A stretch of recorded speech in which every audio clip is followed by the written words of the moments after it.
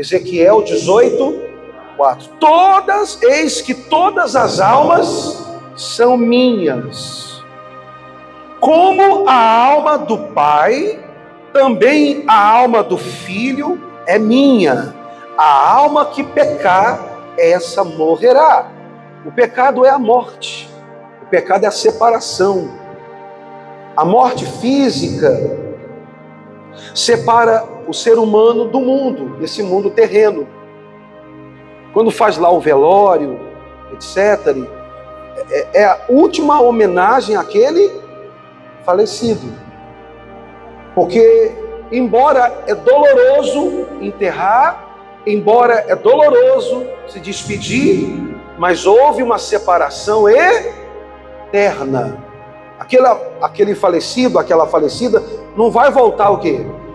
Mas morreu, então tem que o quê? Enterrar. Agora, a segunda morte é a alma. Um dia a morte vai chegar para você. E você tem que estar pronto. Então, a pessoa morre sem Jesus, ela vai morrer 2 vezes. A palavra morte significa separação. Acabou. Então, morreu fisicamente, enterra o corpo. Quando a alma morre sem Jesus, a alma vai para o inferno. Separação eterna de quem? De Deus. Separação eterna. São 2 mortes para quem morre sem Jesus. A morte física, separação da família, separação desse mundo terreno e separação da alma também, do céu. Por isso que Jesus fala lá em João, acho que o capítulo é 6, mas o que Jesus fala? Quem crê em mim, ainda que morra, viverá eterna, e eu o ressuscitarei no seu último dia.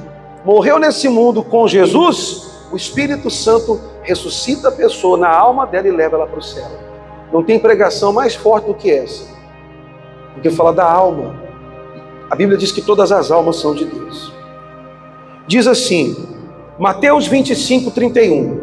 Quando vier o Filho do Homem na sua majestade e todos os anjos com ele, então se assentará no trono da sua glória, e todas as nações serão reunidas em sua presença. Isso aqui é o julgamento que haverá. Apocalipse capítulo 20.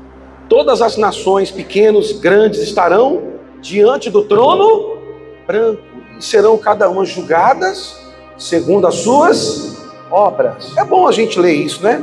Vamos lá em Apocalipse 20. Diz assim: e vi um grande trono branco e o que estava sentado sobre ele, cuja presença fugiu a terra e o céu, e não se achou lugar para eles. Diz assim: e vi os mortos, pequenos e grandes, que estavam diante de Deus, e abriram-se livros, quer dizer, o livro das pessoas. E abriu-se outro livro, o livro da vida. Então, os livros aí em plural é a vida de cada pessoa. Todo mundo tem um livro diante de Deus, é uma vida. Entendeu? Sim ou não? Está lá o meu livro, meu nome, o dia que eu nasci, 5h15 da manhã, 1981, às 5 horas da manhã no Hospital Belo Horizonte. Até o dia da minha morte, quando a gente morre, o livro fecha. Esse é o meu livro, de tudo que eu fiz, de bom e de mal. A minha vida, a minha biografia.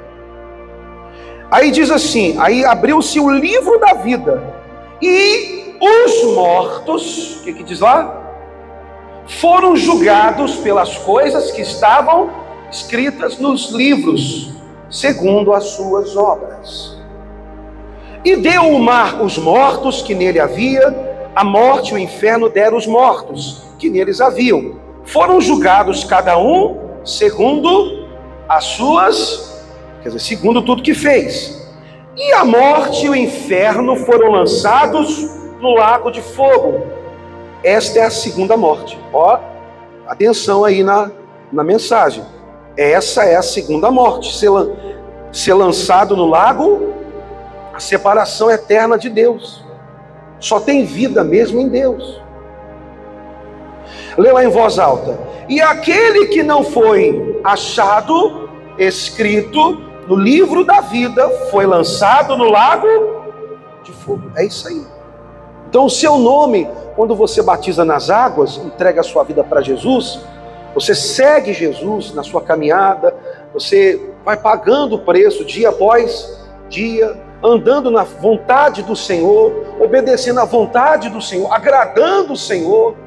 Você não vai ser uma pessoa perfeita. Você vai falhar porque você é ser humano. Você tem a sua humanidade, você tem a sua forma, o seu jeito. E a gente peca no pensamento, peca no olhar, peca às vezes no sentir. Mas você procura todos os dias andar na justiça, agradar o Senhor, estar na presença do Senhor. Você procura ter prazer no que agrada a Deus. E quem está entendendo, faz assim por gentileza, por favor.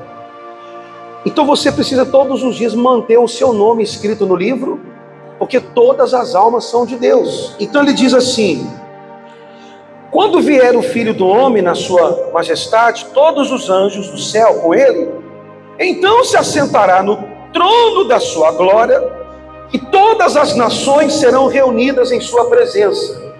E ele separará um dos outros, como o pastor separa dos cabritos as ovelhas. Então haverá haverá uma separação. Como o pastor, ele dá um exemplo, uma analogia, um simbolismo, como o pastor que separa o cabrito das ovelhas. Então haverá uma separação.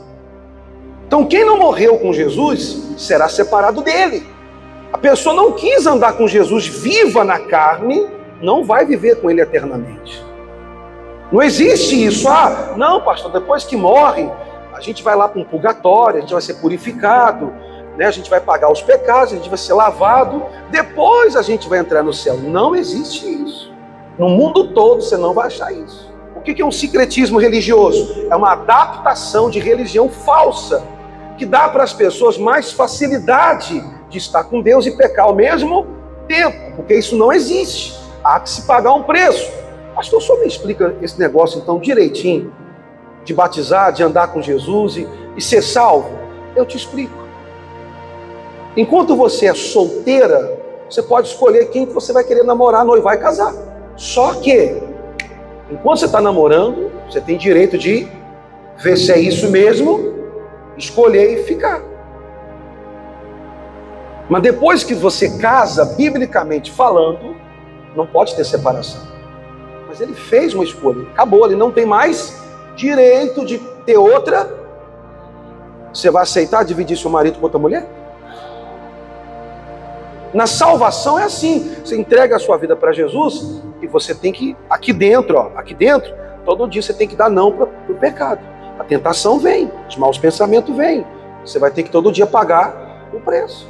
Como que eu vou fazer isso? Lendo a palavra, buscando a Deus, ser batizado com o Espírito Santo, andar com Jesus.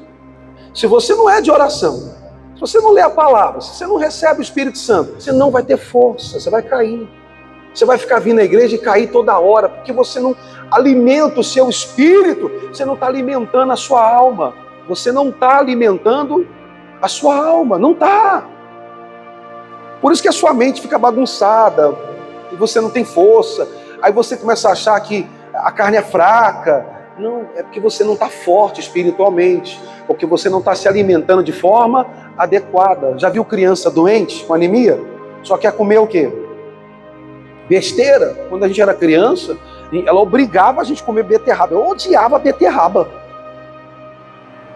Mas a gente em casa tudo tinha anemia, então ela tinha que fazer fígado, ela tinha que fazer beterraba lá no litificador. Eu tive hepatite D. Foi um ano que eu tive que sair até da escola, fiquei muito doente. Os médicos dizem, olha, dá para ele chá de picão. Tomava chá de picão, era o remédio que eu tomava todo dia, durante 7 meses. Quase que eu morri. Todo dia uma guerra para você, não é não? Todo dia, pastor, uma luta, uma guerra, é ou não é? Aí o diabo põe na sua cabeça que Deus é culpado, que Deus não te ama, que para você ficar contra Deus, você achar que Deus está te punindo pelos seus pecados, Não é isso. Você precisa entender que quando você anda com Jesus, você vai estar bem com Ele, debaixo da mão dEle. Mesmo errando, mesmo falhando. Só não larga Jesus, criatura. Você vai falhar com Deus também. Se você não vigiar, você vai até pecar com Deus. Davi caiu porque não vigiou. Mas você leu a história dele toda? Ele se arrependeu. O que Deus fez? Continuou com ele, porque ele foi perdoado. Às vezes as pessoas não perdoam como Deus não. As pessoas julgam, condenam, porque são seres humanos, são falhos. Você quer entender Deus? Deus é a pessoa que mais te ama, a ponto de sacrificar o próprio filho para te perdoar. Como que você tem coragem de negar esse Deus? Como que você acredita na mentira do diabo, dizendo que Deus é injusto, que Deus não te quer, que Deus não te ama, que Ele quer colocar regras na sua vida para você ficar engessado e não viver a sua vida? Isso é mentira do diabo! Você pode viver a sua vida agradando a Deus e ter uma vida muito bem abençoada, mas você tem que estar com Jesus. João 15, para terminar, diz: sem mim nada podeis.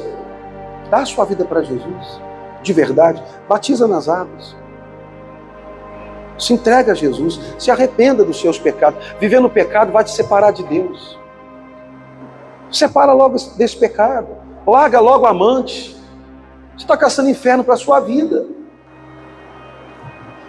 Larga essa mulher. Fica com a sua esposa. Menina, larga o que é errado.